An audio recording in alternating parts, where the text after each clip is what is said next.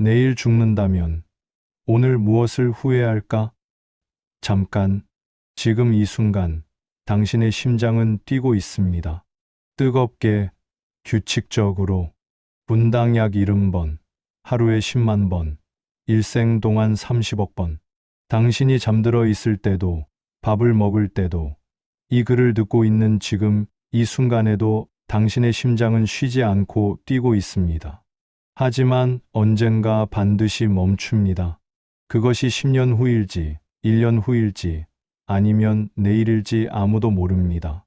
그날이 내일이라면 당신은 오늘 무엇을 후회할까요? 이것은 단순한 가정이 아닙니다. 철학적 질문도 아닙니다. 이것은 가장 현실적인 질문입니다. 왜냐하면 당신의 내일은 실제로 보장되지 않았으니까요. 이 질문 앞에서 대부분의 사람들은 세 가지 중 하나를 떠올립니다. 사랑한다고 말하지 못한 사람, 용서하지 못한 그 순간, 진짜 내 모습으로 살지 못한 시간들.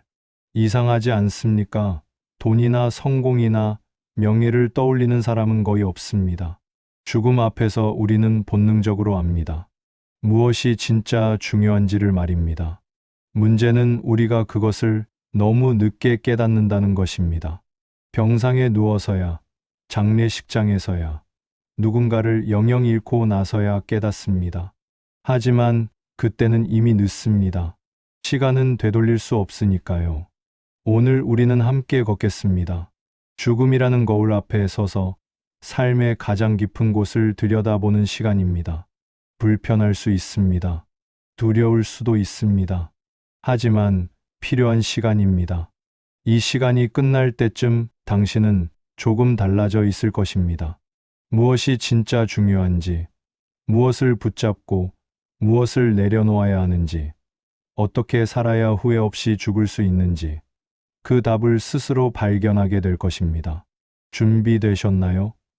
깊은 숨을 한번 들이마시세요. 그리고 천천히 내쉬세요. 지금 시작합니다. 첫 번째 진실, 소유가 아니라 존재로 사는 삶. 당신의 장례식을 상상해 보세요. 흰 국화가 놓인 영정 앞에 사람들이 모여 있습니다. 그들은 당신에 대해 이야기합니다. 그때 그들은 뭐라고 말할까요? 돈 많이 벌었던 사람이었지. 좋은 차 타고 다녔어. 큰 집에 살았잖아. 이런 말을 들으면 당신은 기쁠까요? 아니면 함께 있으면 따뜻했던 사람이었어. 힘들 때 항상 곁에 있어줬지. 그 사람 덕분에 내가 버틸 수 있었어. 이런 말을 들으면 어떨까요? 어떤 말이 당신을 진짜로 기억하는 것일까요? 19세기 러시아의 위대한 작가 톨스토이는 이렇게 말했습니다. 무엇을 가졌는가가 아니라 무엇이 되었는가가 당신의 삶이다. 톨스토이 자신은 부유한 귀족으로 태어났습니다. 거대한 영지를 소유했고 당대 최고의 작가로 명성을 얻었습니다. 하지만 말년에 그는 모든 것을 내려놓고 농부들과 함께 밭을 갈았습니다. 사람들은 그를 미쳤다고 했습니다. 하지만 그는 답했습니다. 이제야 진짜 살아있는 것 같다고. 무엇이 그를 변화시켰을까요?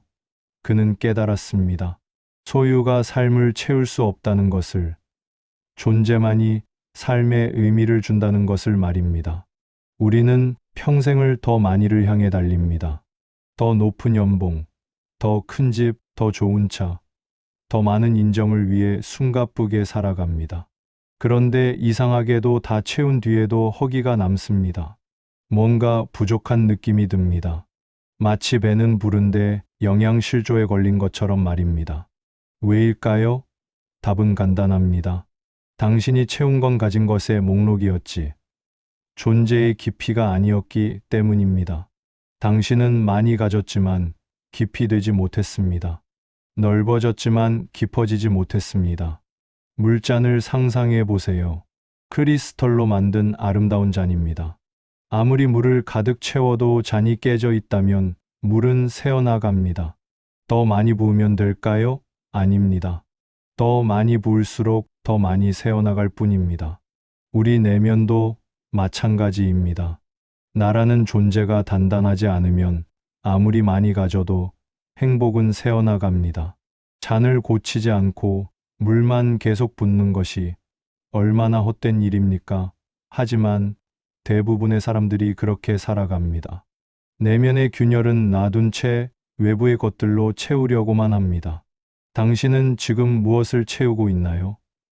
소유의 목록입니까? 아니면 존재의 깊이입니까? 매일 아침 일어나서 거울을 볼 때 당신은 무엇을 확인합니까? 외모입니까? 아니면 내면입니까? 하루를 마감할 때 당신은 무엇을 점검합니까? 얼마나 벌었는가입니까?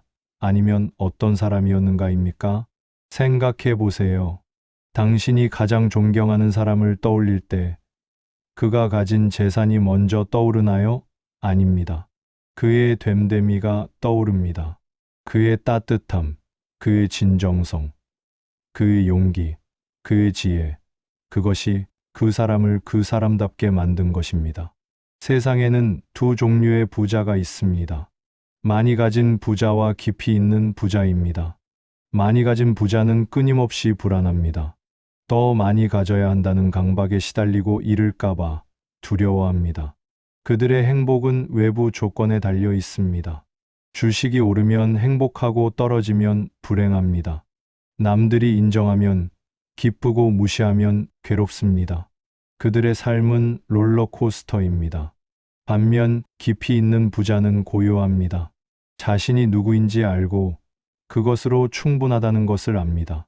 그들의 행복은 내부에서 옵니다. 외부 상황이 바뀌어도 그들의 중심은 흔들리지 않습니다. 당신은 어떤 부자가 되고 싶습니까? 여기 흥미로운 역설이 있습니다. 소유에 집착하는 사람일수록 더 가난해집니다. 왜냐하면 그들은 항상 부족함을 느끼기 때문입니다. 아무리 가져도 더 필요합니다. 반면 존재에 집중하는 사람은 부유해집니다. 왜냐하면 그들은 이미 충분하다는 것을 알기 때문입니다. 가진 것은 적어도 만족합니다. 이것이 바로 노자가 말한 족함을 아는 자가 진정으로 부유하다는 뜻입니다. 부유함은 얼마나 많이 가졌느냐가 아니라 얼마나 만족하느냐에 달려 있습니다. 죽음 앞에서는 통장 잔고가 보이지 않습니다.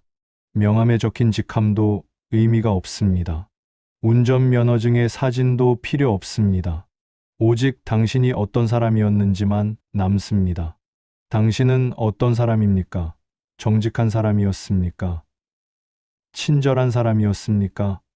용기 있는 사람이었습니까? 누군가의 삶에 온기를 준 사람입니까?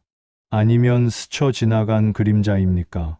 누군가의 어둠에 빛이 되어준 사람입니까? 아니면 누군가의 빛을 가린 그림자입니까?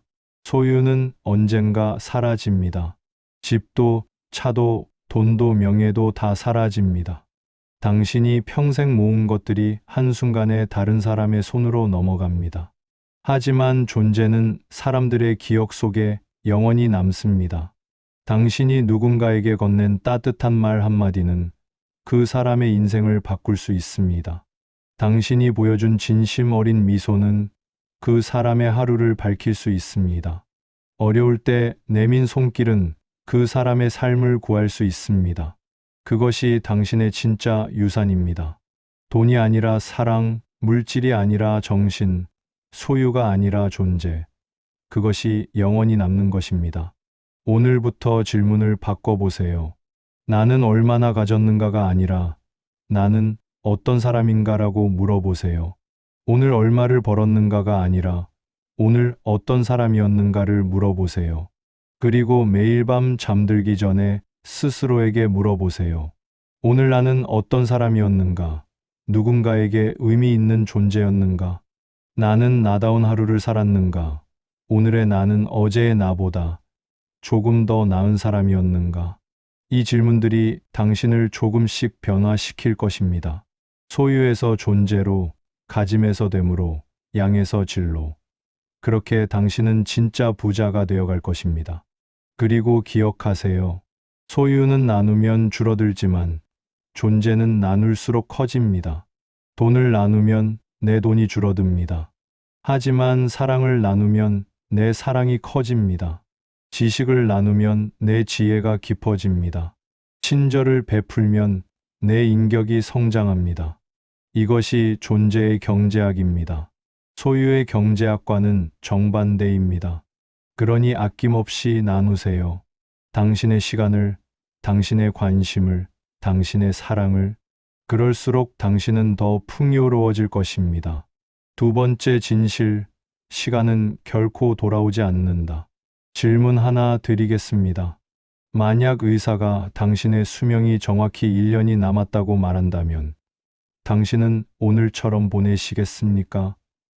지금 하고 있는 일을 계속하시겠습니까? 지금 만나고 있는 사람들과 계속 시간을 보내시겠습니까? 지금처럼 하루하루를 흘려보내시겠습니까? 침묵이 답입니다. 우리는 이미 알고 있습니다. 지금 이 순간을 정말 소중하게 쓰고 있지 않다는 것을 말입니다. 중요한 것은 미루고 급하지 않은 것에 시간을 쓰고 있다는 것을 말입니다. 공자는 2500년 전 이렇게 경고했습니다.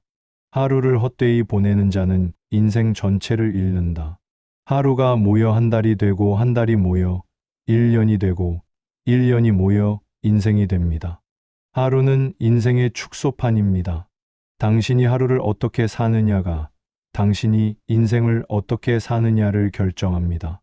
헛된 하루가 쌓이면 헛된 인생이 됩니다. 의미 있는 하루가 쌓이면 의미 있는 인생이 됩니다. 그러니 하루를 소홀히 여기지 마세요. 오늘이 당신의 인생입니다. 나중에, 다음에, 언젠가는. 우리는 이 세 단어로 인생을 미룹니다. 나중에 여유가 생기면, 다음에 시간이 나면, 언젠가 기회가 오면 하겠다고 다짐합니다.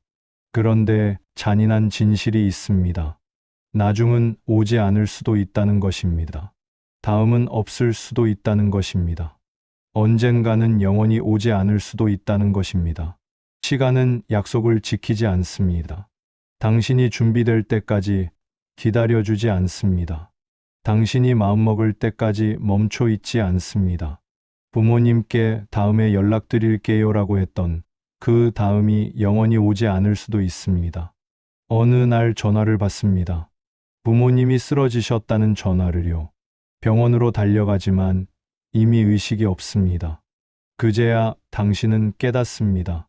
다음이 없다는 것을요. 하고 싶었던 말, 들려드리고 싶었던 말, 사랑합니다, 고맙습니다, 존경합니다. 그 말들을 이제 할 수 없습니다. 친구에게 다음에 밥 먹자던 그 다음이 마지막이 될 수도 있습니다. 바쁘다는 핑계로 몇 년을 미루다가 부고 소식을 듣습니다. 그제야 후회합니다. 왜 그때 시간을 냈어야 했는지를요. 사랑하는 사람에게 나중에 이야기하자던 그 나중이 없을 수도 있습니다. 하고 싶었던 말들, 표현하고 싶었던 감정들, 보여주고 싶었던 마음들, 모두 가슴 속에 묻힌 채 기회는 사라집니다. 그리고 남는 건 후회뿐입니다. 그때 말할 걸, 그때 안아줄 걸, 그때 용서를 구할 걸 하는 후회만 남습니다. 시간은 은행 계좌가 아닙니다. 저축할 수 없고 이자도 붙지 않습니다. 지금 이 순간을 쓰지 않으면 영원히 사라집니다. 과거는 이미 갔고 미래는 아직 오지 않았습니다. 당신에게 있는 건 오직 지금뿐입니다. 당신은 지금 이 순간 무엇을 하고 있습니까?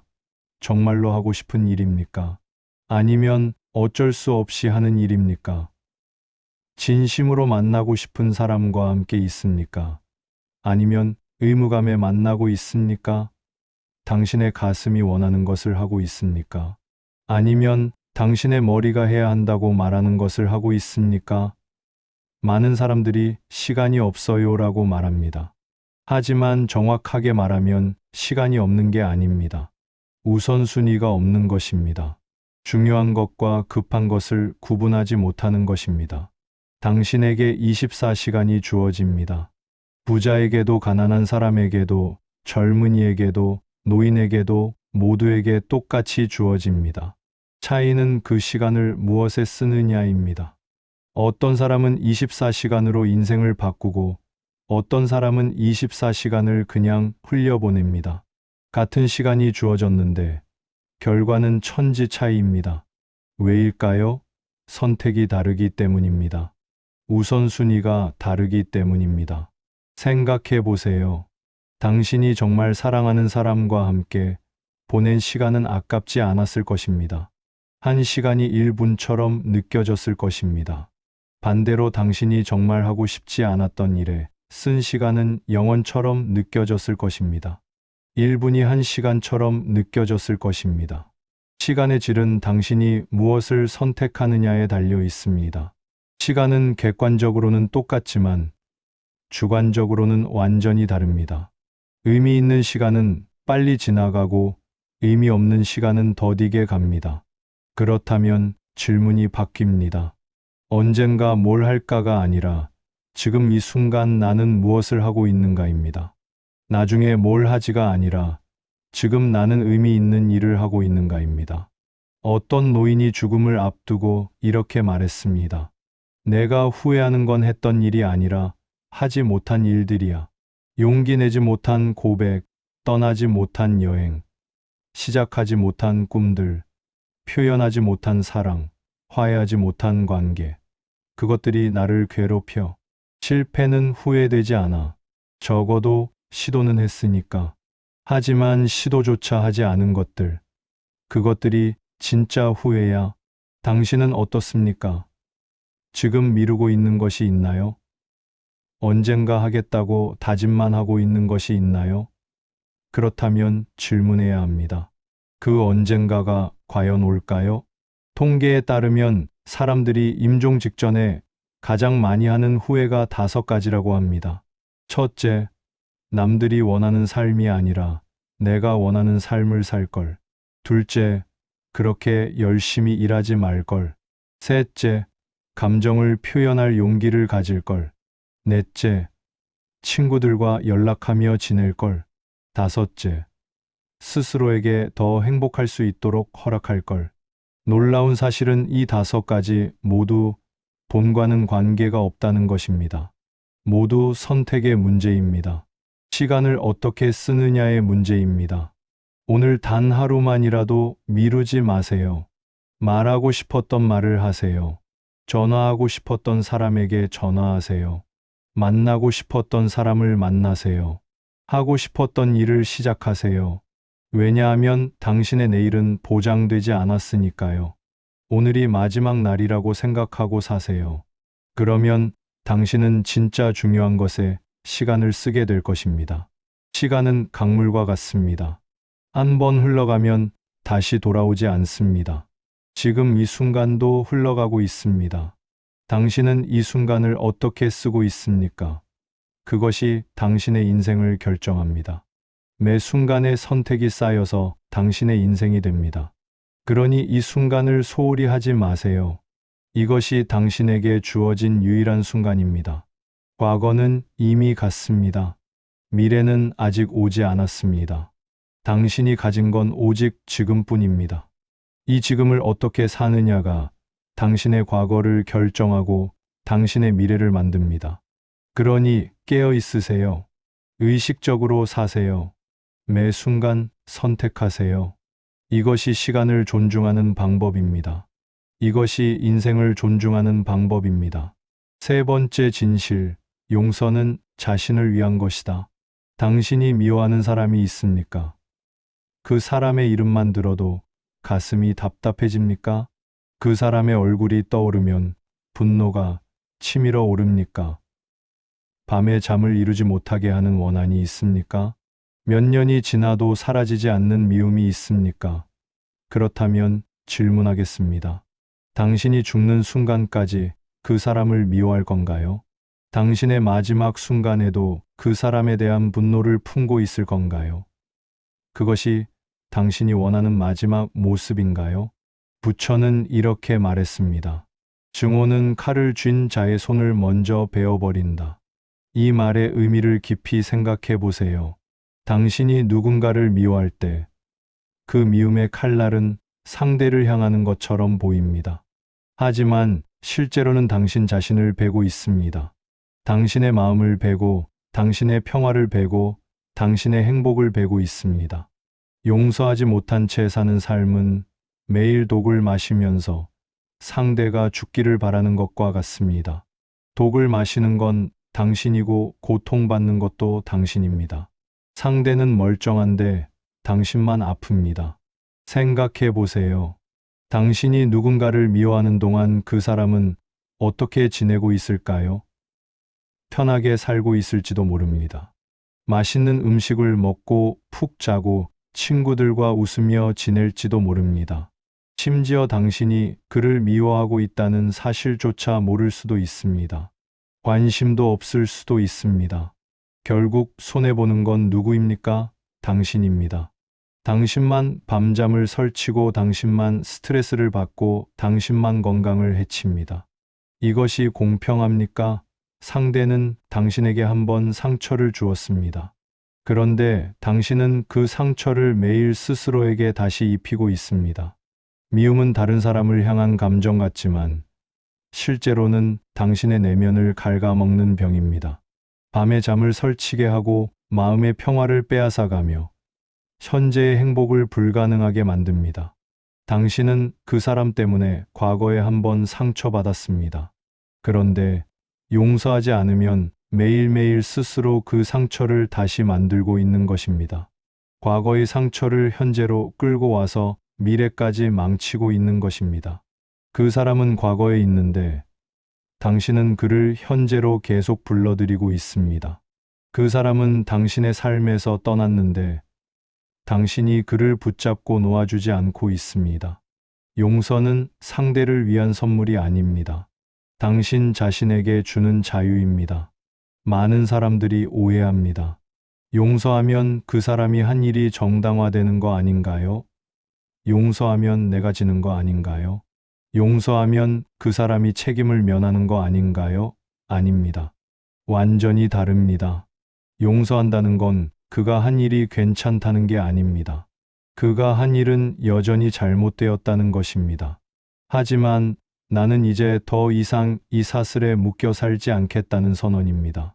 나는 이제 자유로워지겠다는 결심입니다. 당신은 자유로울 자격이 있습니다. 미움의 감옥에서, 분노의 족쇄에서, 원한의 굴레에서 벗어날 자격이 있습니다.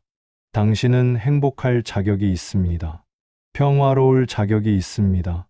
가벼워질 자격이 있습니다. 그런데 미움은 당신을 감옥에 가둡니다. 미움은 당신의 발목에 족쇄를 채웁니다. 미움은 당신의 어깨에 무거운 짐을 얹습니다. 그 감옥의 열쇠는 상대가 가지고 있지 않습니다. 당신이 가지고 있습니다. 그 족쇄를 풀 수 있는 건 상대가 아닙니다. 당신입니다. 그 짐을 내려놓을 수 있는 건 당신뿐입니다. 용서는 한순간에 일어나지 않습니다. 그것은 과정입니다. 때로는 수년이 걸리기도 합니다. 그래도 괜찮습니다. 중요한 건 그 방향으로 걷기 시작하는 것입니다. 한 걸음 한 걸음 나아가는 것입니다. 오늘 작은 발걸음을 내딛어 보세요. 나는 그 사람을 용서하고 싶다고 속으로 중얼거려 보세요. 아직 용서할 수 없어도 괜찮습니다. 마음이 따라오지 않아도 괜찮습니다. 그저 그 의지를 내면에 심는 것만으로도 변화는 시작됩니다. 씨앗을 심으면 언젠가 싹이 트듯이 용서의 의지를 심으면 언젠가 용서가 일어납니다. 그리고 한 가지 더 중요한 것이 있습니다. 당신 자신도 용서하세요. 우리는 남을 용서하는 것보다 자신을 용서하는 게 더 어렵습니다. 과거에 했던 실수, 상처 준 사람들, 후회되는 선택들, 어리석었던 결정들, 돌이킬 수 없는 말들, 그 모든 것이 당신을 괴롭히고 있다면 이제 내려놓으세요. 당신은 완벽하지 않았습니다. 하지만 그것이 당신의 전부는 아닙니다. 당신은 그 실수 그 이상입니다. 자신을 용서한다는 것은 과거의 잘못을 잊는다는 뜻이 아닙니다. 그것을 정당화한다는 뜻도 아닙니다. 그것으로부터 배우되 그것이 당신을 정의하도록 두지 않는다는 뜻입니다. 당신은 과거의 실수 그 이상입니다.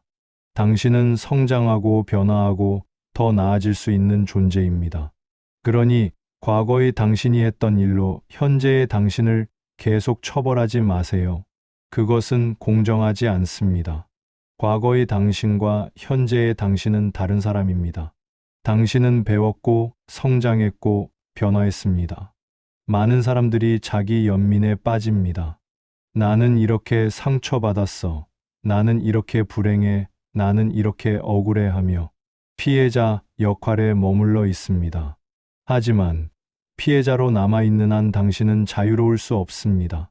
당신은 여전히 그 사람에게 힘을 주고 있는 것입니다. 당신의 행복을 그 사람의 손에 맡기고 있는 것입니다. 진정한 힘은 피해자에서 생존자로 나아가는 데 있습니다. 나는 상처받았지만 이겨냈어. 나는 쓰러졌지만 다시 일어났어. 나는 깨졌지만 더 강해졌어. 이렇게 말할 수 있을 때 당신은 진정으로 자유로워집니다. 죽음 앞에서는 복수도 무의미합니다. 정당화도 필요 없습니다. 누가 옳고 그른지도 중요하지 않습니다.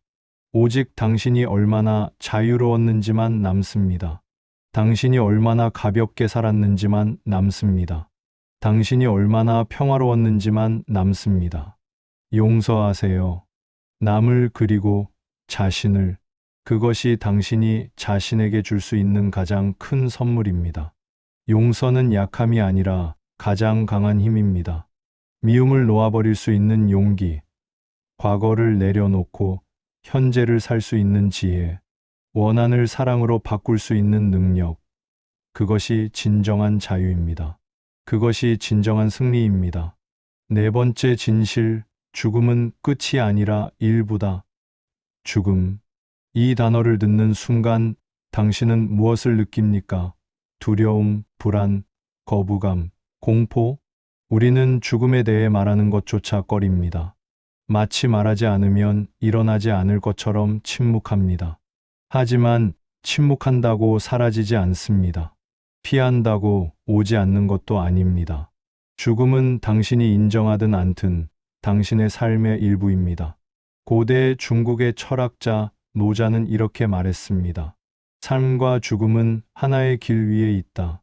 그것들은 반대편이 아니라 같은 여정의 다른 단계입니다. 우리는 죽음을 끝이라고 생각합니다. 모든 것이 사라지는 순간, 무로 돌아가는 순간이라고 생각합니다. 하지만 죽음은 끝이 아니라 삶의 완성입니다. 교향곡의 마지막 음표처럼, 책의 마지막 문장처럼, 해가 지는 저녁놀처럼 죽음은 삶을 완성하는 부분입니다. 끝이 없는 교향곡이 있을 수 있습니까? 마지막 장이 없는 책이 있을 수 있습니까? 석양이 없는 하루가 있을 수 있습니까? 죽음 없는 삶은 의미가 없습니다. 왜냐하면 끝이 없으면 소중함도 없기 때문입니다. 자연을 보세요. 자연은 우리에게 죽음의 의미를 가르쳐 줍니다. 꽃이 피려면 씨앗은 썩어야 합니다. 씨앗의 형태로는 더 이상 존재할 수 없습니다. 씨앗은 죽어야 합니다. 그래야 새싹이 나고 꽃이 핍니다.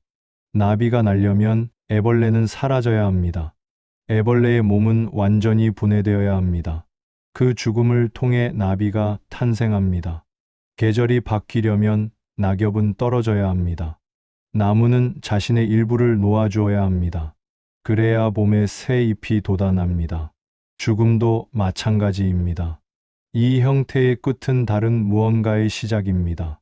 당신은 두려워할 필요가 없습니다. 왜냐하면 당신은 이미 죽음을 경험했으니까요.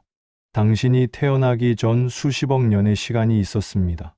우주가 탄생하고 별들이 생기고 지구가 만들어지고 생명이 진화하던 그 모든 시간 동안 당신은 어디 있었습니까? 존재하지 않았습니다. 그때 당신은 불편했습니까? 외로웠습니까? 두려웠습니까? 아무것도 느끼지 못했을 것입니다. 왜냐하면 느낄 당신이 없었으니까요. 죽음도 그와 같습니다. 고통도 두려움도 없습니다. 느낄 당신이 없으니까요. 그저 존재의 형태가 바뀌는 것뿐입니다. 그런데 정말 두려운 건 따로 있습니다. 죽음 그 자체가 아니라 제대로 살지 못했다는 후회입니다. 당신은 진짜로 살았습니까? 아니면 살아있기만 했습니까? 이 두 가지는 완전히 다릅니다. 많은 사람들이 살아있지만 살지 않습니다. 숨을 쉬지만 호흡하지 않습니다.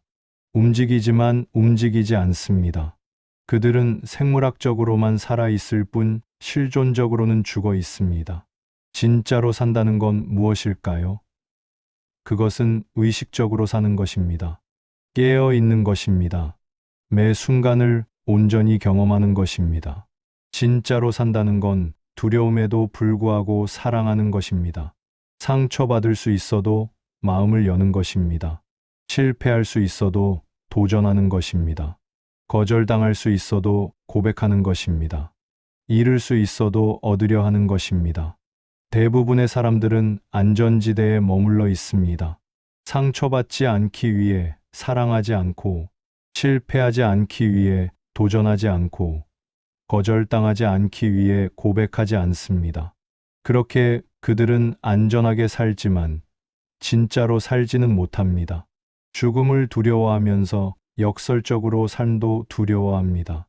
죽음을 받아들인 사람은 매 순간을 선물처럼 삽니다.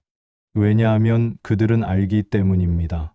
이 순간이 마지막일 수도 있다는 것을 말입니다. 그들은 당연한 것이 없다는 것을 압니다. 오늘 아침에 눈을 뜬 것도, 사랑하는 사람이 옆에 있는 것도, 따뜻한 햇살을 느낄 수 있는 것도 모두 선물입니다. 보장된 것이 아닙니다. 그렇다고 해서 매 순간을 극적으로 살라는 뜻은 아닙니다. 오히려 반대입니다. 평범한 순간들의 소중함을 아는 것입니다.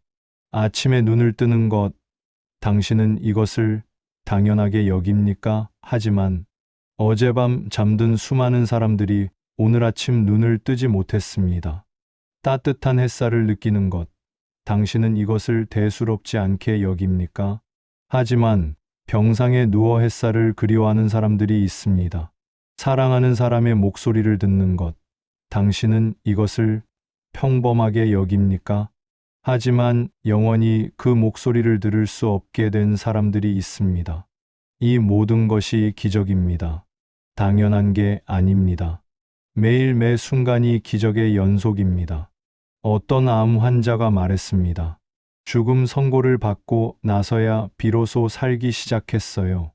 이전에는 그냥 시간을 흘려보냈는데 이제는 매 순간이 선물처럼 느껴져요. 꽃의 색깔이 이렇게 선명했나? 공기가 이렇게 상쾌했나? 음식이 이렇게 맛있었나? 사랑하는 사람의 손이 이렇게 따뜻했나? 모든 것이 새롭습니다. 죽음이 가까워지니 삶이 더 생생해졌어요. 아이러니하죠. 죽음을 받아들이니 삶이 보이기 시작했어요. 이것이 역설입니다. 죽음을 부정하는 사람은 삶도 제대로 살지 못하고, 죽음을 받아들이는 사람은 삶을 더 충만하게 삽니다. 죽음은 삶의 반대편이 아닙니다. 삶의 일부입니다. 그리고 그것을 받아들일 때 비로소 당신은 자유로워집니다. 내일 당신이 죽는다 해도 오늘 할 일을 하세요. 사랑할 사람을 사랑하고 웃을 때 웃으세요. 울고 싶을 때 울고 춤추고 싶을 때 춤추세요. 그것이 죽음 앞에서도 흔들리지 않는 삶입니다. 죽음을 기억한다는 것은 우울하게 산다는 뜻이 아닙니다. 오히려 더 생생하게 산다는 뜻입니다. 로마의 장군들이 개선식 때 노예를 옆에 세워 메멘토 모리, 너는 죽는다는 것을 기억하라고 속삭이게 했던 이유가 있습니다. 그것은 승리에 취해 교만해지지 말라는 경고였지만 동시에 이 순간의 영광을 제대로 음미하라는 뜻이기도 했습니다. 모든 것은 지나갑니다. 좋은 것도 나쁜 것도 지나갑니다. 기쁨도 슬픔도 영원하지 않습니다. 그러니 이 순간을 온전히 살아내세요.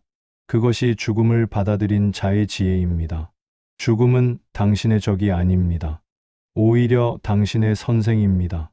죽음이 가르쳐 주는 것은 무엇이 정말 중요한지, 무엇을 놓치지 말아야 하는지, 어떻게 살아야 하는지입니다. 죽음을 기억하는 자만이 진정으로 삽니다. 5번째 진실, 진실하게 산 사람은 죽음이 두렵지 않다.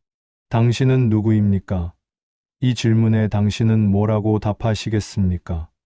직업, 나이, 역할, 소속, 이것들이 당신을 정의합니까?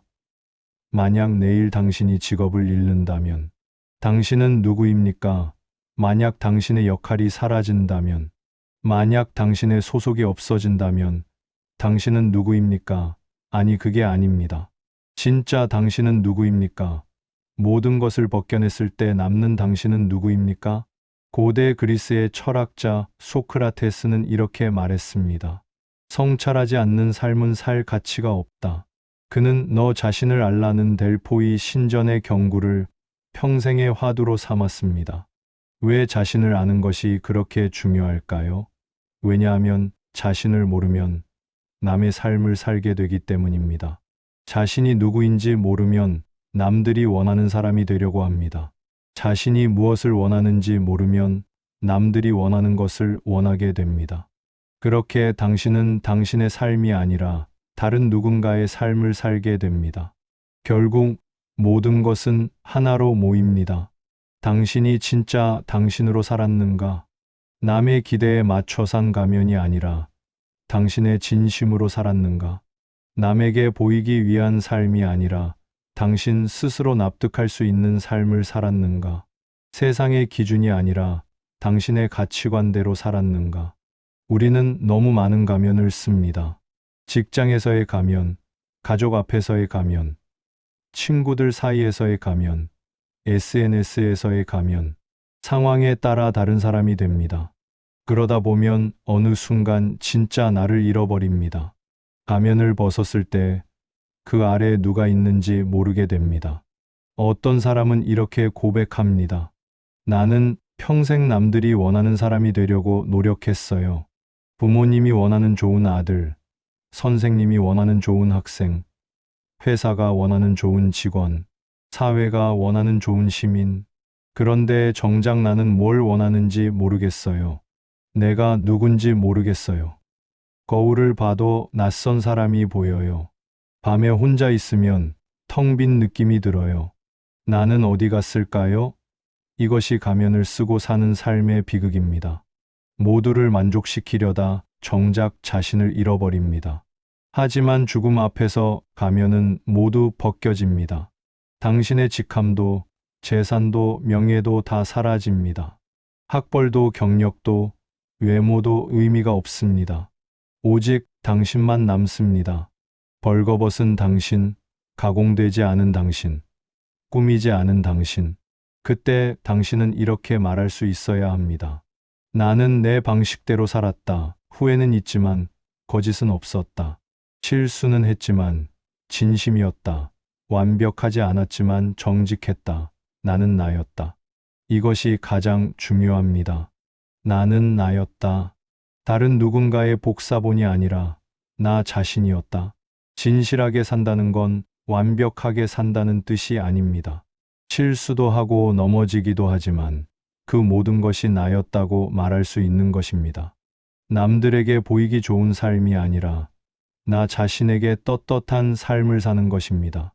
당신은 지금 진짜 당신으로 살고 있습니까? 아니면 누군가가 원하는 당신으로 살고 있습니까? 당신의 선택은 당신의 것입니까? 아니면 남들의 기대입니까? 당신의 꿈은 당신의 것입니까? 아니면 부모님의 꿈입니까? 오늘부터 시작하세요. 작은 것부터 시작하세요.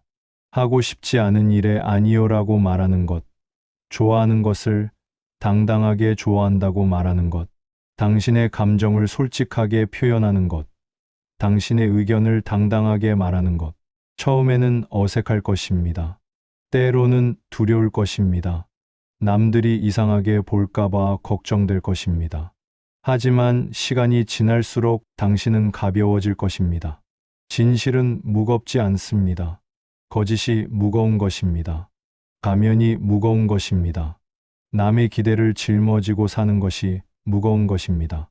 그리고 마지막 순간 당신이 되돌아볼 때 후회하지 않을 것입니다. 왜냐하면 당신은 당신으로 살았으니까요. 진실하게 산다는 것은 자기 자신에게 정직하다는 뜻입니다. 내가 무엇을 원하는지 알고 그것을 추구하는 용기를 갖는다는 뜻입니다. 남들의 시선을 의식하지 않는다는 게 아닙니다. 다만 남들의 시선보다 내 내면의 목소리를 더 중요하게 여긴다는 뜻입니다. 세상에는 당신을 판단할 사람이 많습니다. 당신의 선택을 이해하지 못할 사람도 많습니다. 당신을 비난할 사람도 있을 것입니다. 하지만 결국 당신의 삶을 책임지는 건 당신뿐입니다.